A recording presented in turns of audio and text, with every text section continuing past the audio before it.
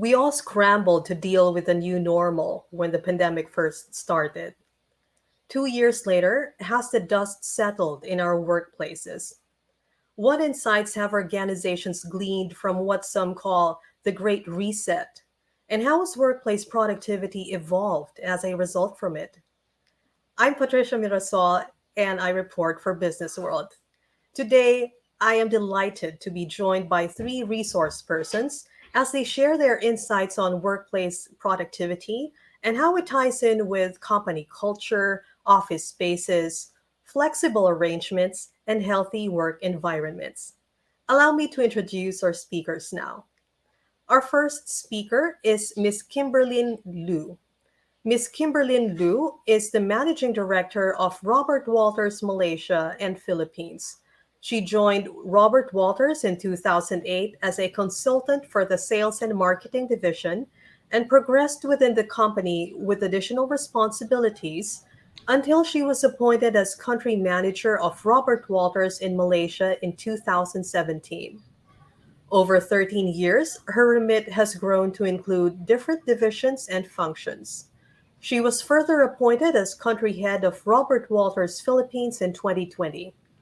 Welcome, Ms. Liu. Would you like to share your opening statement? Sure.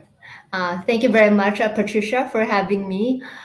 Really happy to have this opportunity to just talk about the new normal and productivity. So, over the next couple of minutes, I thought I'll just take everyone through a bit of a journey of what happened a couple of years ago, which brings us to today. Next slide. So, I look back, 2022, the pandemic came, and it brought about widespread changes in all of our markets. And it's really just changed how we work and how businesses operate. And I guess if there's one thing that I need to emphasize to all of our listeners today is the world will never be the same again. It will not. So for any of us who grew up in our careers spending 2 to 3 hours commuting and expecting people to be okay with the same, it's not the same anymore. As Patricia mentioned, it is the great reset. And today, probably these are some of the topics we will talk about in terms of how we reset mindset, expectations, and ways of working. Next slide.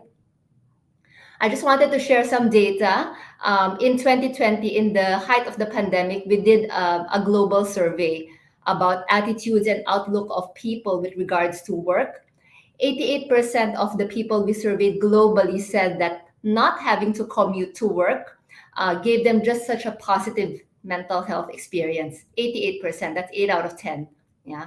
And 91% of people said they would like to have the opportunity to work from home at least once a week. Now, that was 2 years ago. That was global data. I just wanted to zone in and share more about Philippines. What do Filipinos think? Next slide. Just zoning in on the Philippines. We did the same survey last year, zoning in on Filipino talents. 33% of our respondents said they prefer a hybrid setup. A bit of work, a couple of days in the office, and then a couple of days at home. That was the preferred working for most Filipinos. And 52% of the talent pool in the Philippines are most likely or will decline a job offer if the company requires them to work 100% of the time in the office. Now, why is that alarming? It's because obviously as organizations, we want to be able to tap into the best talents. We don't want to lose 50% of the talent just because we hold on to old ways of working about being 100% in the office. Now, a lot of companies might have struggled with it because there are always fears that remote working or working from home would drive down productivity.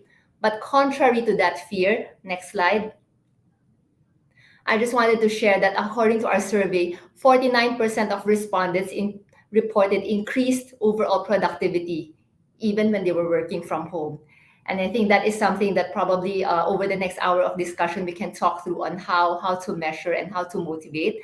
And outside of this 49% of people who say they were more productive at home, we also found that 25% of organizations actually reported higher levels of productivity in now this new normal.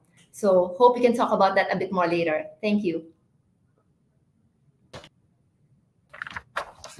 Thank you for that, Ms. Liu. Those are very intriguing figures. All right. Our second speaker is Mr. Morgan McGilvray. Mr. Morgan McGilvray serves as a Senior Director of Occupier Services and Commercial Agency at Santos Knight Frank, a fully integrated real estate services company. With more than 10 years advising BPOs and multinational clients, he has worked with both Fortune 100s and SMEs to find real estate strategies and solutions that work for them, including facilitating one of the largest office leasing transactions in BGC in 2020 during the pandemic. Welcome, Mr. McGilvray, and would you like to share your opening statement? Thank you very much. Good morning, everyone. So as the intro said, I am an office broker. I help the BPOs lease more office space. And so what most people want to know from me is how has the pandemic really affected the office market and specifically the BPO market? So I'll use my opening statement just to go back to March of 2020 and kind of take us up to today in a very high level kind of summary. So for those of you in the Philippines who remember March 2020, the lockdowns were announced and the BPOs pretty much had to do a mad scramble to move almost 100% of their operations from the office setting into the home setting. And to be honest, most firms just weren't prepared for that, right? They'd prepared for earthquakes and floods, but not necessarily for lockdowns and viruses. And so for those first 2 weeks or so, it was a logistical challenge for most BPOs, but eventually they were able to get the technology, the computers to the agents' homes, secure the internet connections, et cetera. And things actually started to smooth out and go quite well. And what I was hearing from the BPOs is that productivity and work from home was actually quite high during those first few months of the lockdown.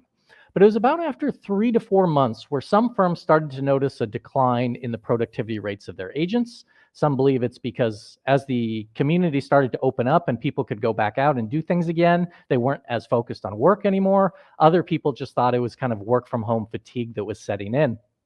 But we started to see kind of mixed signals in terms of whether work from home was working well for a given BPO.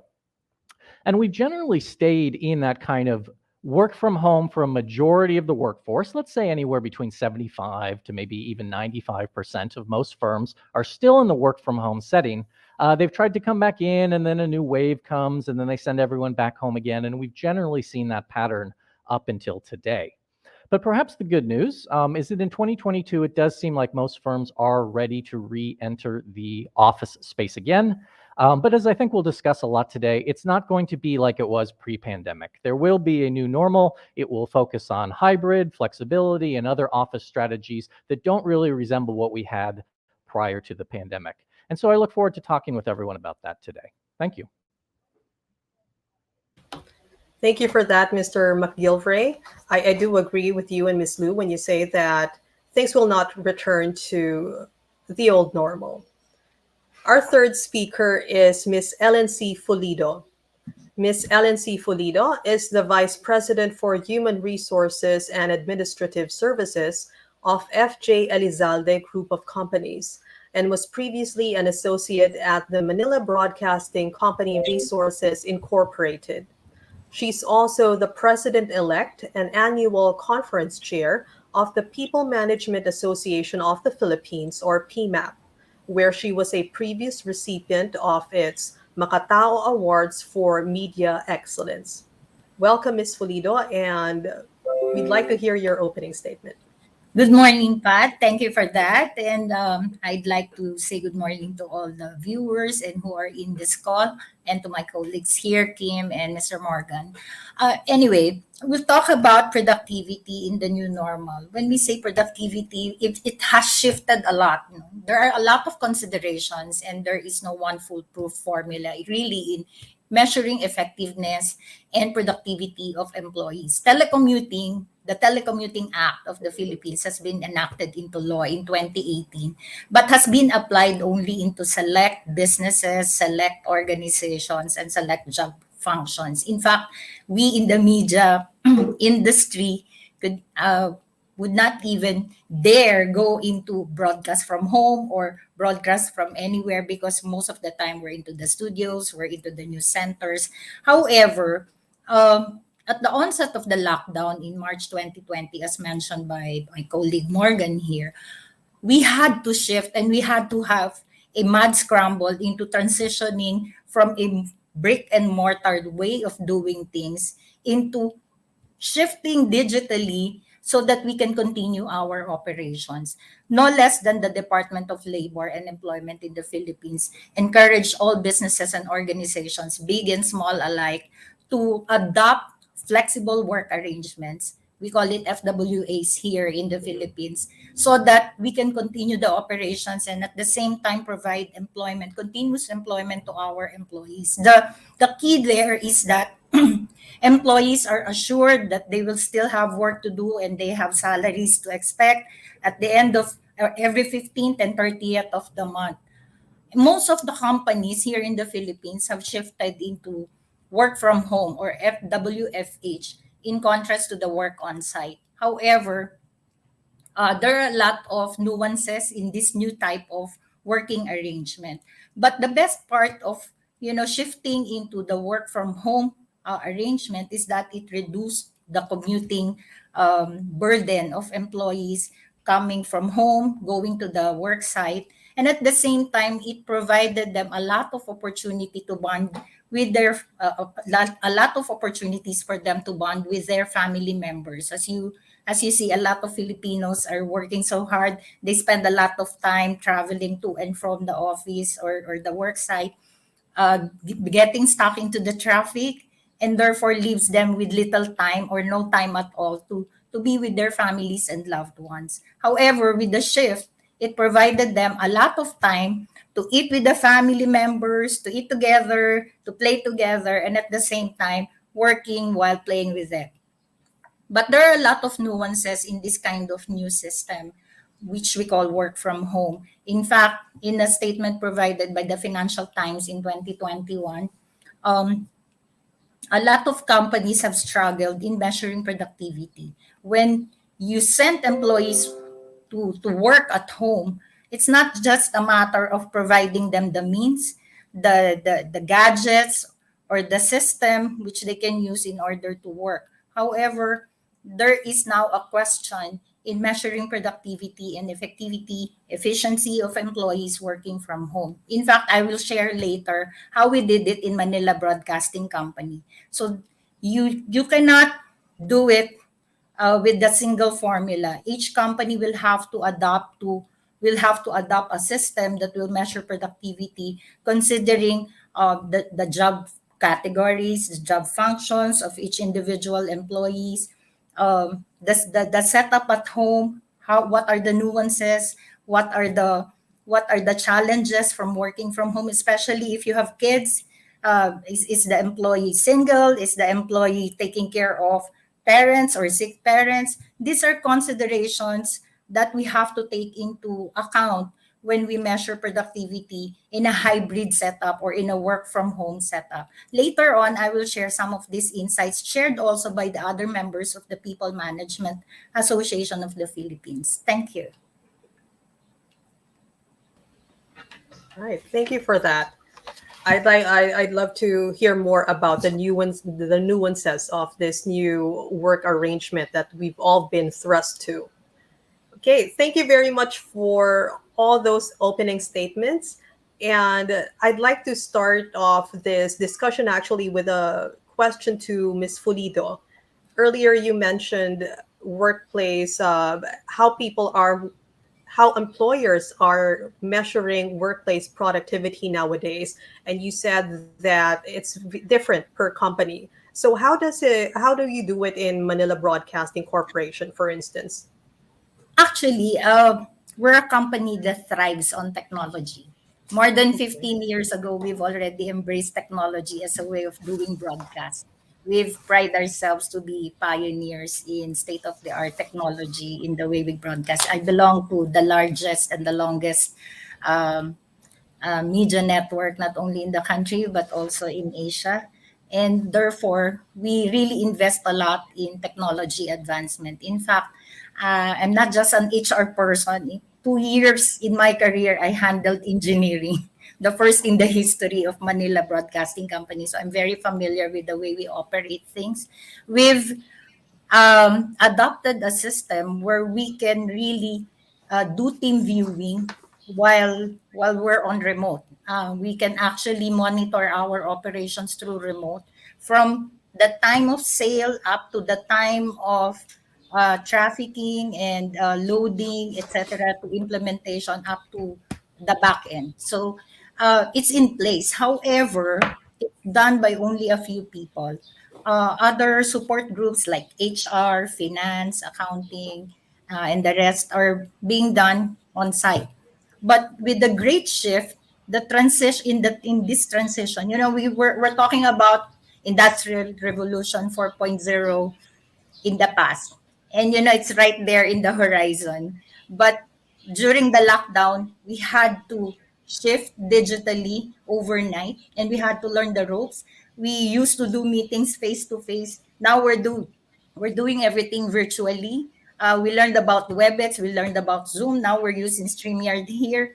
And and Mm. this and this is kind of difficult for more of the senior officers who are not so tech savvy. You have to really teach them how to do things. Communication now is done through group chats, Facebook, Viber.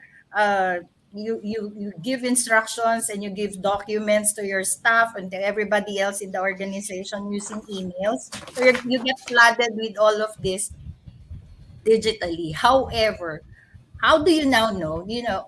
When we sent around 70% of our workforce to work from home. So we therefore provided them with computers. We even had to let them bring home their desktops, their laptops, etc.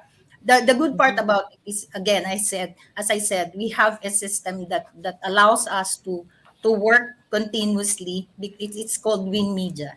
And it's an advantage for us. But the question now that was raised by the department heads: how do I now know that our employees are working?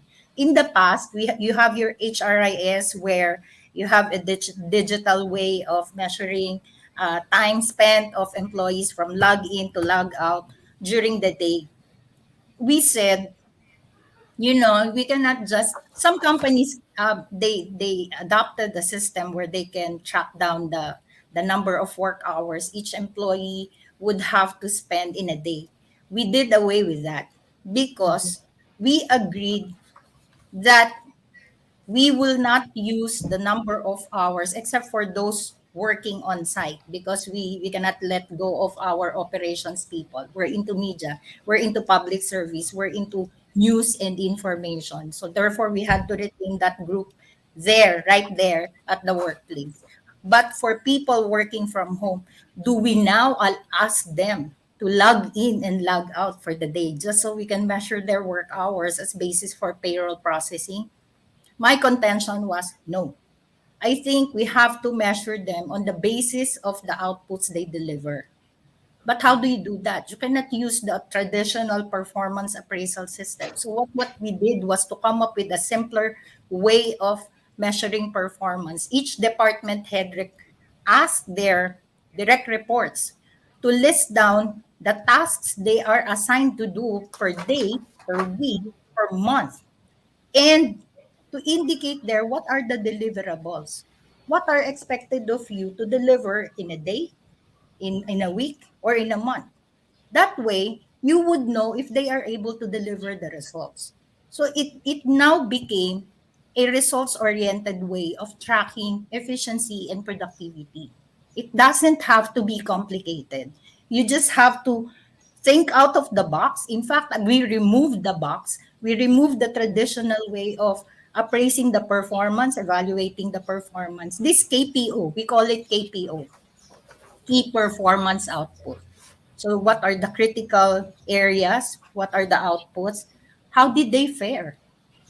Did they deliver the results poorly, fairly, on the average, above average, or excellently?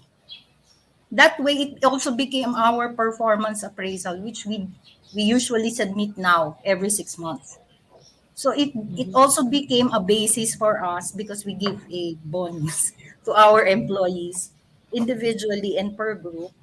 It now became our basis for merit increases, for adjustments, or even promotion or any movement in the organization. So that's how we did it in MBC. Other companies within PMAP also adopted different applications, different ways. Others, as I said earlier, have adopted a way of measuring. You have to log in at the start of the work, and then you have to log Mhm. out during lunch breaks. We find it kind of tedious for us Yeah. to do. We allow some flexibility for our employees to uh, do their works, multi-skill. You're working, and at the same time you're teaching your kids who are online, studying online, and at the same time cooking your meals, attending to whatever household chores you have, but while working. At the end of the day, I'm not concerned about the work hours you spend, but deliver the results that you are expected for each day or each week or each month. That's it. Thank you very much for that comprehensive answer, Ms. Fulido. You actually already answered my follow-up question for you, which is Sorry, I no, it's fine, preempted it's that. fine. But yeah, but how do employers measure workplace productivity nowadays? Okay, and that results-oriented approach you mentioned sounds very similar to what we do at Business World. Okay. Right. So yeah, talking about doing different ways of doing things, Mr. McGilvray, I'll address my next question to you. How should companies consider what type of workplace model to utilize in this so-called new normal? Yeah, that's a good question, and I'm not sure there's one answer that would apply very well to all kinds of companies. So we've got in this market, we've got the multinational BPOs, which tend to follow their own worldwide standards. We've got Mhm. third-party call centers, which are often very cost-driven. And I wouldn't think that a single piece of advice would apply to all those firms. What I can say is that firms generally want to bring people back into the office, right? I think they feel like the long-term health of the business depends on it. So work from home at 90% is not necessarily sustainable. But at the same time, if they bring a lot of their valued employees back in kind of against their will, these are employees who want to stay work from home, but are being asked to come back into the office, especially like full time, you're going to run into potentially some attrition issues. People are going to quit. And so firms have to find a very delicate balance of bringing enough people in and the right people in to keep the health of the business going and to achieve the managerial expectations, but not be so strict that you actually have large attrition rates. When you try and bring in 100% of the workforce and only 70% of the people still want to work for you, that can be a problem too. So for each firm, I think they have to be very careful before implementing a back to office policy to make sure that it's not going to cause a level of attrition, a level of agents quitting to the point where it could really impact the business in a negative way.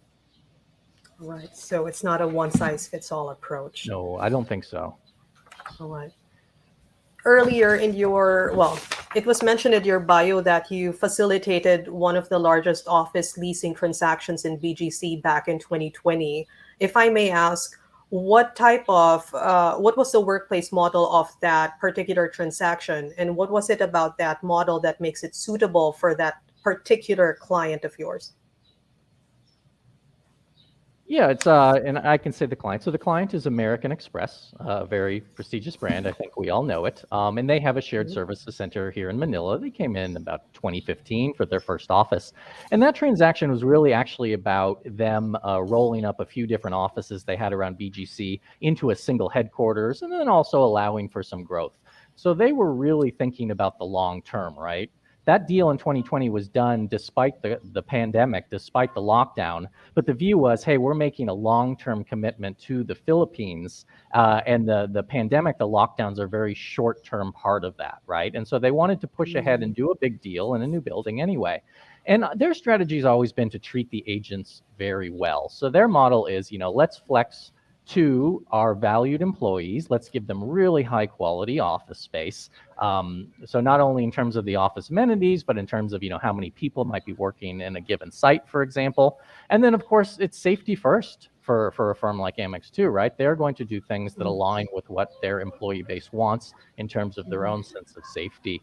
So I don't necessarily think they've changed a ton in terms of how their workplace model was pre-pandemic, post-pandemic. But that model was always about just reacting to what, their stakeholders, in this case, the agents in Manila wanted. Okay, thank you for that.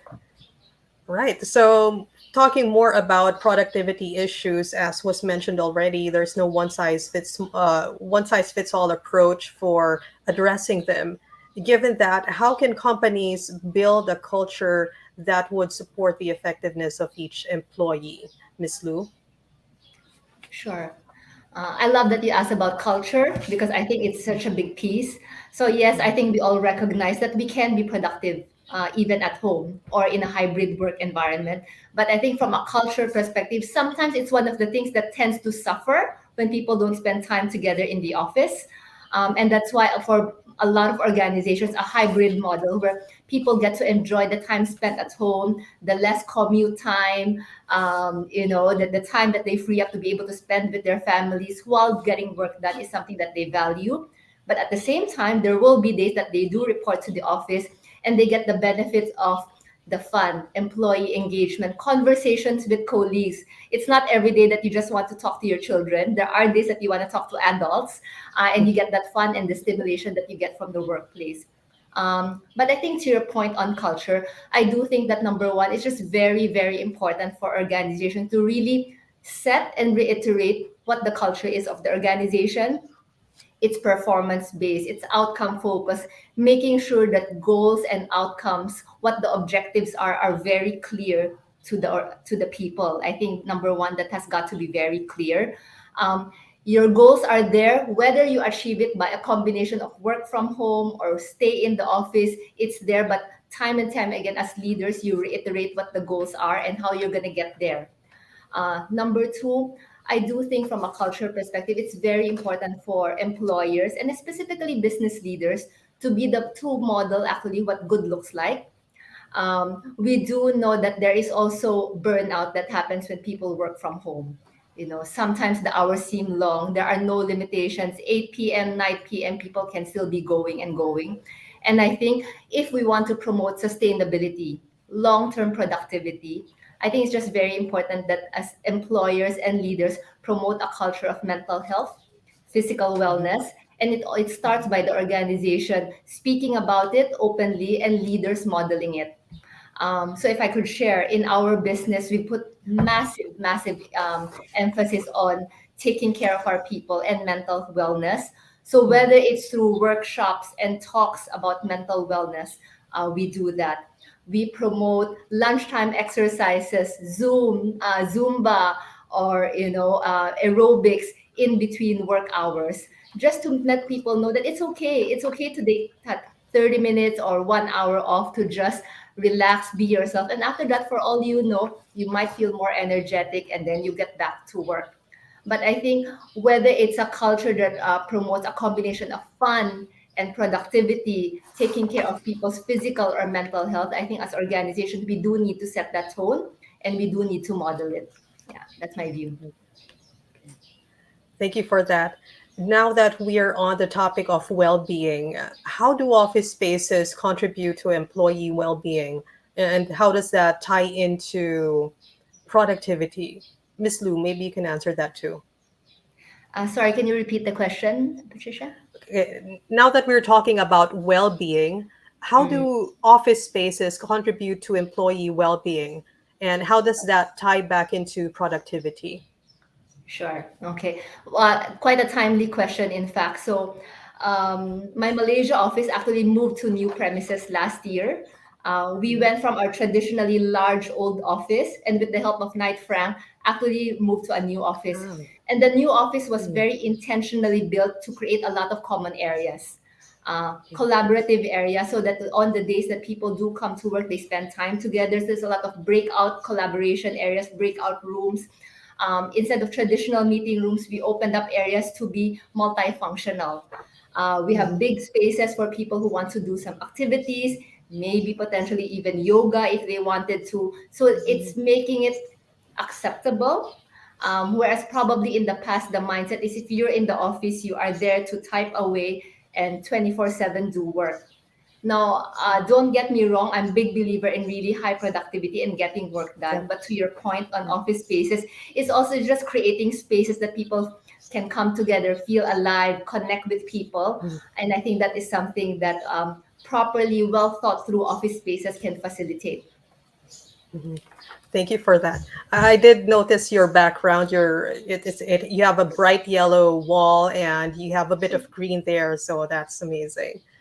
Mr. McGilvray, Miss Lou mentioned that Santos Knight Frank helped with Robert Walters's Malaysia offices.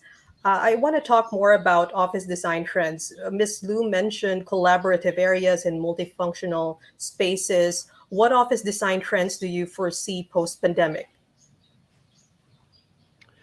Yeah, I think those are the big ones. More amenities, more common areas, less permanent seating, right? We understand that office use is changing and no one wants to sit in the same seat all day anymore. So lots of contact areas, go have a coffee here, meet with someone else there. And so we're starting to already see that. But actually, the other thing I would mention, and this is more my specialty, is actually office location selection as being a very important part of office enjoyment. What do I mean by that? Well, if you've got a great office, but your employees have to commute 2 hours each way to get to it, that's detracting from the experience, right? So they might like being in the office, but they certainly don't love those 4 hours of commute.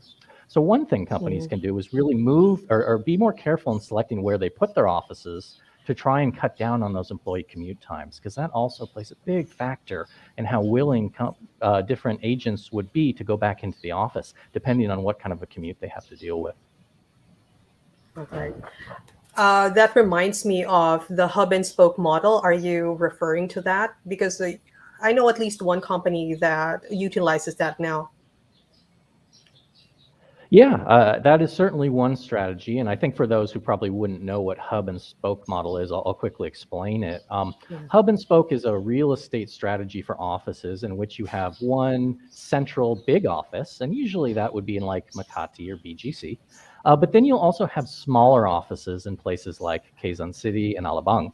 And the idea with those smaller spoke offices is that you're bringing the office space a lot closer to where your employees live, thereby cutting down on the commute times quite a bit. So if your agents, you'd like them to be in the office, but they don't necessarily have to be in the Makati headquarters, maybe you give them an office up in Quezon City that they can check into every day because they live in Fairview and they've gone from, a 2 hour commute to a 25-minute commute each day. And that's really something that firms can do to help the office experience of their employees that doesn't actually involve the interior office design. Okay. Thank you for that. I think the idea of a hub and spoke model is amazing. So, my next question is about focus. I really feel that a big part of productivity at work has to do with focus. When a person is able to really focus, then that person is able to do deep work. What are some ways in which professionals can effectively manage their finite energy in order to focus on the things that really matter? Miss Fulido? Again, there is no one single formula for Okay. this because each company would have its own style of work, different cultures, as mentioned by Miss Kim here. While we are regaining footing in the way we do things here in the Philippines, as you see, we have not yet gone back to work. We cannot go back to work 100%, even if more than 50%, say 60, 70% have already been fully vaccinated. The key here is to really adopt a hybrid work mode where employees are allowed to probably go into the office or work on site every now and then. For example, the treasury staff, those in the billing would be there at the work site on hours for several hours in a week to attend to some disbursements or preparation of vouchers, etc. And at the same time, do some work at home. Now, how do you focus? Emails, for example, are really distracting a lot of employees. When you are busy working on something, a notification will pop up, allowing you to to disregard your work first and attend to a more pressing concern sent to you via email. How do you focus? I think most of the challenges that we face now is the distraction. When you're working from home, again, as I said, it depends on whether you're single or you're married, you have kids or what, and you're attending to family members, you're attending to your kids. I think the flexibility that the employers allow their employees or they provide to their employees would provide more focus. Again, if you're results driven, you allow your employees to um, focus on the work at hand. because they know that they are not measured by the hours, that no supervision is being done at the back of their shoulders, and therefore they are obliged to deliver the results that they are expected to, no matter how they do it, even if they're multitasking. I think the key here is that the employers, the leaders, the managers would have to know how their employees are working at home. The direct reports would have to know singly, individually, how each and everyone in their group are coping up with the demands of the work, and at the same time attending to this, challenges at home, challenges at the environment. There's such a thing also as mental health um, problems that crop up during the work from home mode, which we adopted here in the Philippines. In fact, I've encountered a lot of even younger people in the BPOs requesting for advice as to how to deal with their mental health. They cannot focus. So you really have to have that group that provides a sounding board for your employees. In fact, in my company, to really engage the employees and make them productive and efficient, every week we have a game. We have a game for Okay. them so that we allow them space to take time out from work, have some fun and play. Because at the end of the year, depending on the number of points you gained, you get a prize. In Mhm. fact, we also did an annual Mobile Legends competition among the Okay. groups, among the department, and it was really fun, and it really encourages our employees to have some play after work, because you have to engage them, you have to make them focus, but you cannot just make them focus without allowing them to breathe, to play, and to have some fun. Okay. In most cases, every month, we also have the regular kamustahan among our employees. We just allow them to talk and make cuento. They tell stories about how they're doing, what have they been doing lately, how are their family members doing. So it's giving them a space also to interact at least virtually among their colleagues, because they cannot be there.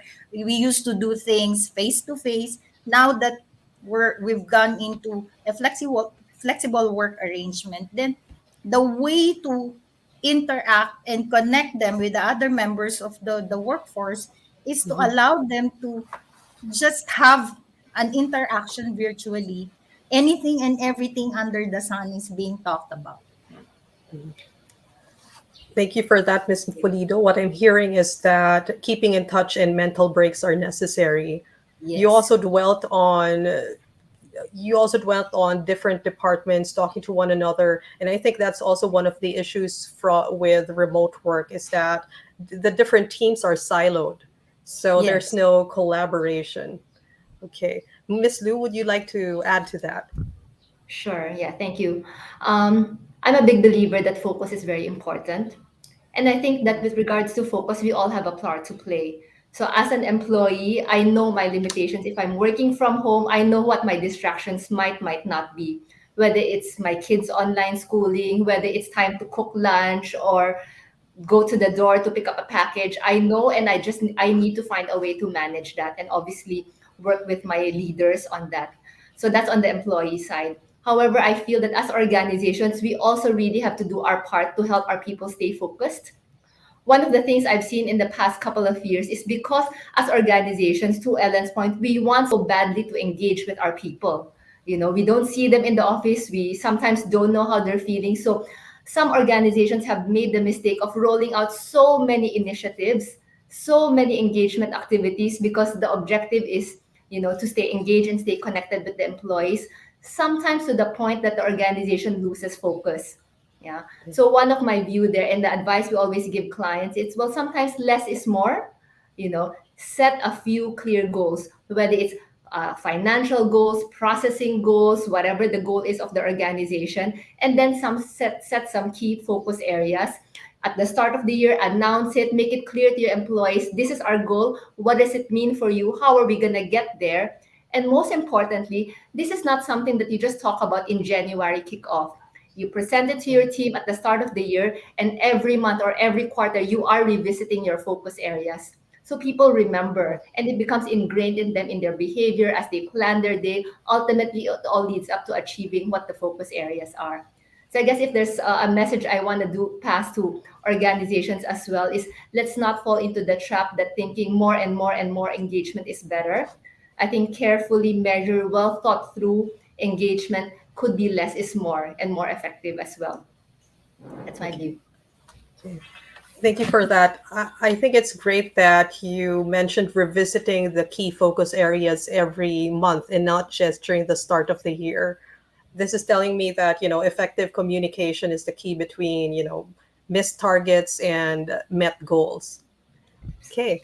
At this point, I think we can move on to audience Q&A. The questions are coming in. Let me read the first question.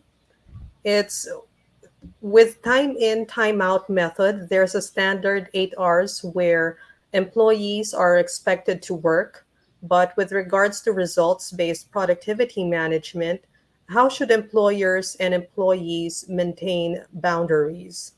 Anyone? It's about boundaries. May I respond to that? Because I Yes, mentioned please. earlier, if given permission, may I? I mentioned earlier that we did away with the with the silos, with the traditional way of measuring performance through work hours. Yes, indeed, there's an 8 hour per day rule at the workplace. In our case, because we have a workforce working on site. Again, as I said, our operations have to be on site, and then there's a group also, especially the support group in our organization, working from home. Now, because of the difficulty of measuring time for people working at home, we have to use results based strategy, an approach where we can see the results that they deliver to us on a daily basis. It's different when you're dealing with employees on site, because really we measure the work hours, especially so that our operations people, the technical people, the engineers, the reporters, the anchors, they log in and log out. So anything in excess of 8 hours is paid the corresponding overtime premium if they are entitled to that. What do you do now if an employee Oh, is working from home and at the same time extending work hours? There are certain functions in our organizations that we know would be working longer hours. Say, for example, our network traffic, our our CRM group would have longer work hours than the rest of the other support groups within the team, because of the nature of their job that's tied up directly to our operations who are working on site. So therefore, we could measure that because of the outputs that they turn in. It's more of volume now than the work hours. So we can actually measure the work hours through the volume of, mm, say, printed performance implementation memos, etc. That's being farmed out to the different stations all over the country. We have more than 200 radio stations all over the country. So we would know by the sheer volume that they are mm. spending longer work hours than the rest of us who are working from home. Okay. I like that the Manila Broadcasting Corporation has a novel way of giving overtime pay to remote staff. Yes. Patricia, if I can add something to that, if you don't mind. Yes, please. Yes, please. Yes. So we're talking about results-based productivity and how do you maintain boundaries. I think on a note, it's just very important between an employer and an employee to set agreed goals. What is the objective? What is the goal? And what is the timeline that this needs to be delivered? And I think that has got to be set up front, agreed upon, and managed. Now, exactly to your point, we're not count. Sometimes we cannot count hours for certain employees. So I have employees who have to take care of kids, and in Mm, between the workday they might need to spend an hour and a half with their daughter on online schooling, and that's fine. yeah. Ultimately, what do I hold them accountable to? I hold them accountable to what was the task agreed from the start and the Yes. deadline. Yes. I don't plan to follow up with them at 8 p.m., at 9 p.m. at night. But if we said that the deadline is 10 a.m. the next day, the expectation is that 10 a.m. will be met. However, I will give the employee the flexibility to do whatever you need to do. If it means taking an hour off in the day and then extending by their own accord, their work Mhm. hour, they might choose to work an additional hour at the end of the day when things have settled down at home, when they're more comfortable and they're able to focus. I think that's really more trust based. I don't need to nag them and follow up with them at night, because obviously you want to respect those boundaries. But at the same time, because the objective goals and timelines have been agreed upon, then that's what you hold people accountable to. Thank you for that. My opinion is that micromanaging does not work and that reliable employees can be trusted to do their work. That's Right. right. If I may add to that, Pat, Yes, please. um, Yes, please. some months ago, I had the opportunity of being a panelist also in a forum. And in that forum, IBM, based in Singapore, shared their insights about flexible work arrangements, working from home, especially. I think one of the challenges they have to deal with is the feeling of belongingness of people who are remotely working or in hybrid workforce mode. Of the trust that they gain, because when you're working from home, you're kind of isolated from the rest of the Yes. organization. And I think the key here, the challenge is, how do you now make people feel that they belong? This sense of belongingness should be addressed, because it's not the same as when you're reporting for work and you see people, you hug them, you make beso beso the way we do here in the Philippines. Now Yes. you cannot do that. When you're so focused with the work that you do every day, do I still belong? That's the question that comes to mind. Do I still belong? Am I still part of this organization? I think that has to be addressed also. And I think, by doing, like engaging people in some of the activities, as I mentioned, some of the examples earlier, it makes them feel that, hey, I'm still part of this organization. I contribute meaningfully to this organization. I deliver the results that the organization has requested from me to do. I get paid for the results that I deliver, and therefore, it's not just a matter of turning out the outputs, but making me feel that I'm part of this big organization and that my deliverables are contributing to the success of my organization. Thank you for mentioning the feeling of belongingness. It is actually real. You kind of feel disengaged from the rest of the organization when you're working remotely, right? The next question is for Mr. McGilvray. How have work from home arrangements affected the leasing and real estate industry? Yeah, that's a good question. So, for the first time in about a decade, since about the global financial crisis of 2008, 2009, during the pandemic, we've actually seen more office space being vacated or left than we have seen office space being leased. So, the office market has been shrinking every quarter since about quarter two of 2020. Now, we do expect that to change in 2022. And here's the reason why it's been happening. So, I think, as everyone knows, most companies have been in work from home the whole time, and they have capacity limitations on how many people can be in the office. So, a lot of firms who like maybe had a lease expiring during the pandemic period, and they said, hey, we've got 4 office floors right now. We're only using maybe one of them. We're not totally sure when we're going to re-enter the market. So, at this renewal, maybe we'll only renew 2 of our 4 office floors, and we'll hand back 2 floors to the landlord. Why? Because we're not using it, so why do we want to pay rent on it anyway? When we're ready to go back in the office, maybe we'll lease those floors again when we're ready. And so a lot of firms were doing that. They were downsizing during the pandemic, and that had the kind of shrinking effect on the market. And I think we're going to continue to see that to an extent, even in 2022 and beyond, because firms are going to be able to do more with less office space. They are going to incorporate work from home and to some extent into their overall office usage strategy. And so they might be able to do more with less. So we will probably continue to see some downsizing.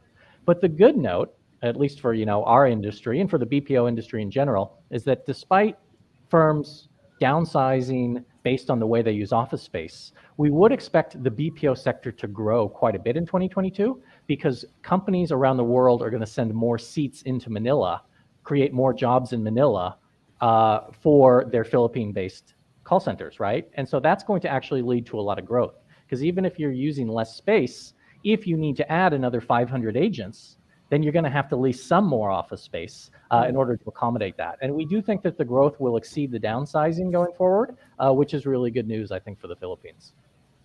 All right. So the growth of the BPO sector is good news for the Philippine economy moving forward. That's Oh, great yeah. news. Yeah. Good. Okay. Maybe one last question before we wrap up. Should there be incentives given to employees who are required to report in the office? Anyone? May I answer that, Pat? Yes, please. Actually, the Philippine government has been encouraging the businesses and the organizations to provide incentives. In fact, they were called hazard pay in the beginning of the Oh, yeah. pandemic. But we wouldn't want to call it really hazard pay because it connotes something negative that you're really exposed to a lot of risks. But actually, we would just like to term it allowances. In my company, what we did was to provide meal allowances and transportation services. It's not really monetary incentive. We provide shuttle services for employees who are required to report for work. In fact, we're using our mobile units to to shuttle our employees on different work shifts so that they don't have to commute and we don't expose them to the coronavirus.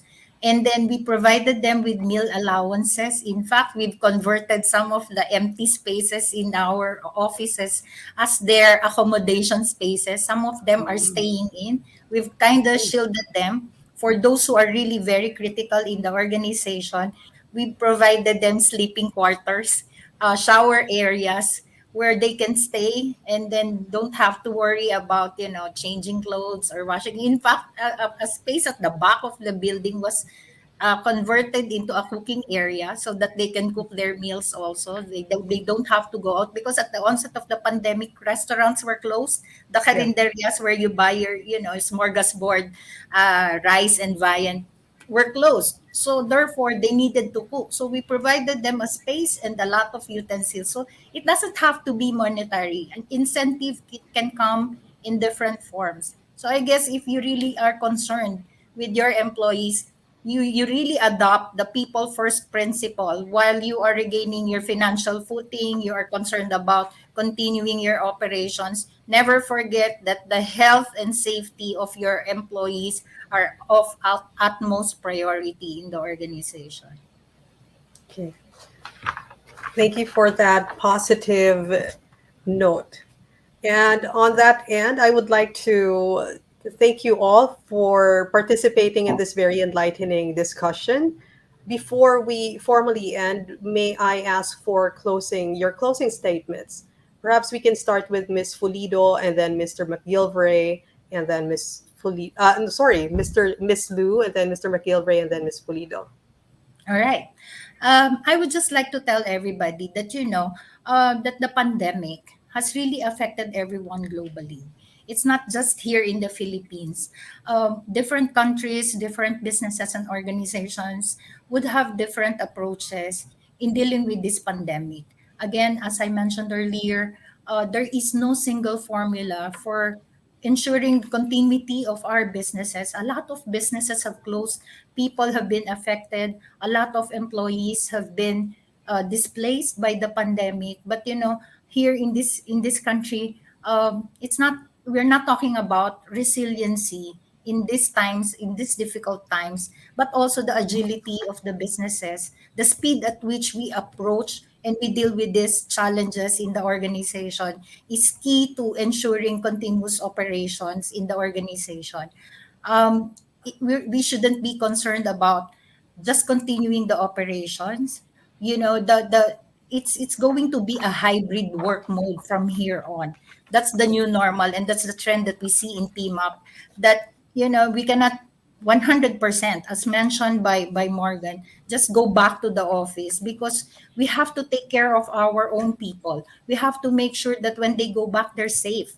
Their mental and health, our mental health and their physical well-being, as well as their spiritual well-being, the work-life balance are they are safe, they are secured, that when they go back, they can work continuously, productively, effectively, and efficiently. Let us not forget that the system that we're going to adopt, it would be different from each of the organization, from each of the industries that we belong to. We have to adopt a system or a hybrid workforce that would ensure continuity of our operations, and at the same time putting the people in the forefront of our operations, ensuring health and safety for everybody at the workplace or anywhere else where they may be working. That's it. Thank you. Thank you, Ms. Pulido. Mr. McGilvray? Thank you. Yeah, I always like to emphasize the office is not dead, right? The office is not dead. What is probably dead is the idea that all employees need to be in the office from 9 to 5, Monday through Friday, right? So we are going to see a major adjustment coming out of this pandemic in terms of the use of flexibility with companies and how they engage their employees. And I think generally that's a very good thing. What companies probably need to do is not only figure out who needs to be in and when, but figure out how are we going to design our office space to be a place that people actually want to go to rather than have to go to. And that's a huge distinction, right? So firms have got to get that right if they want to bring people back into the office and be happy. And I think, again, part of that is not only how you design your office, but it's where you place your offices. And so I'd really like to see more, flexibility of thought in terms of where firms are setting up, how close are they to their employees, and see if that doesn't really help with bringing in people for a happy, productive office. Thank you all. Thank you, Mr. McGilvray. Ms. Lu? Sure, thank you. Um, I guess in closing, I just want to say so much has been said about the pandemic, how it's brought so much uncertainty, affected lives, and generally in a very negative light. And I think we all get that. But I also want to say that this pandemic is a game changer. It has just unlocked so many things, unlocked possibilities that we never knew existed, or challenged us to think and do things in ways that we never thought possible. I work in the recruitment industry, and for thousands of years, it's always thought that you absolutely need to meet your clients and candidates face to face. If you don't meet them face to face, you cannot build a relationship. Well, guess what? In the past year and a half, we've been delivering record breaking results, unprecedented results. And were we able to meet people face to face? No, we were meeting them online. And we found out that, yeah, we could build actual genuine relationships online. So that is just one of the many things. We always thought that people need to be closely supervised for them to do their job. Then we found out that we made people accountable, we gave them the tools, we supported them, and we trust them. You unlock things that you never know people can do, and it's possible. So I think my challenge to a lot of employers and employees is really use this as an opportunity to unlock, challenge new ways of working, discover yourself. You never know where this will end up and what new things that we can discover. And last but not the least, I want to say there's a lot of talk about what companies need to do to support employees. I just want to say, in my view, it takes two hands to clap, and both employers and employee have the responsibility to be accountable, to set goals, to work towards together, to communicate with each other, to make sure that it's a long-term and sustainable success. Thank you. Thank you for that, Ms. Lu. So the office is not dead. Put people first, regardless of where they work. And this pandemic has also resulted in unprecedented opportunities at work and life. Thank you very much to our speakers for sharing your valuable insights, Ms. Lu, Mr. McGilvray, and Ms. Fulido. Thank you also to our partner organizations, Bank Marketing Association of the Philippines, the British Chamber of Commerce of the Philippines, the Management Association of the Philippines, the Philippine Chamber of Commerce and Industry, and our media partner, the Philippine Star. And of course, to everyone who joined us today, thank you very much. Be sure to follow Business World's social media pages to be updated on our next projects. Again, this is Patricia Mirasol, and this has been Business World Insights. Have a great rest of the day.